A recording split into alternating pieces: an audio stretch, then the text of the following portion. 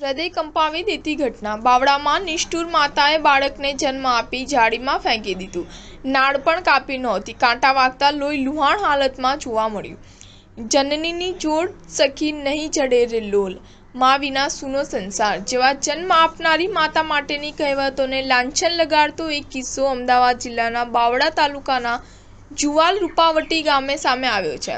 નિષ્ઠુર માતાએ તાજા જન્મેલા બાળકને ખેતરની બાવળીના કાંટામાં ઝાડીમાં વરસતા વરસાદમાં ફેંકી દીધું હતું। બાળકની કાંટાળી ઝાડીઓમાં ફેંકી દેવાતા મોઢા અને શરીરના ભાગે કાંટા વાગેલા હતા, જેના કારણે બાળક લોહી લુહાણ હાલતમાં થઈ ગયું હતું।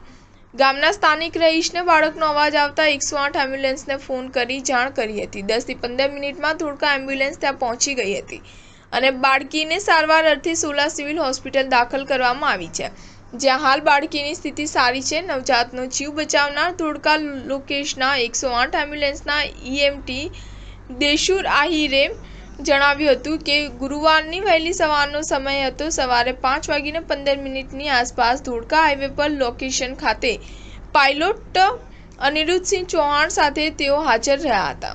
5:20 વાગ્યાની આસપાસ 108 કંટ્રોલ રૂમમાંથી માહિતી મળી હતી કે ધોળકા બાવળા રોડ ઉપર આવેલા જુવાલ રૂપાવટી ગામે બસ સ્ટેન્ડ પાસે એક નવજાત બાળક મળ્યું છે, જેથી તાત્કાલિક તેઓ ગામે જવા માટે રવાના થયા હતા। 12 કિલોમીટર દૂર ગામ હતું। 15 મિનિટના સમયગાળામાં તેઓ જુવાલ રૂપાવટી ગામે પહોંચી ગયા હતા।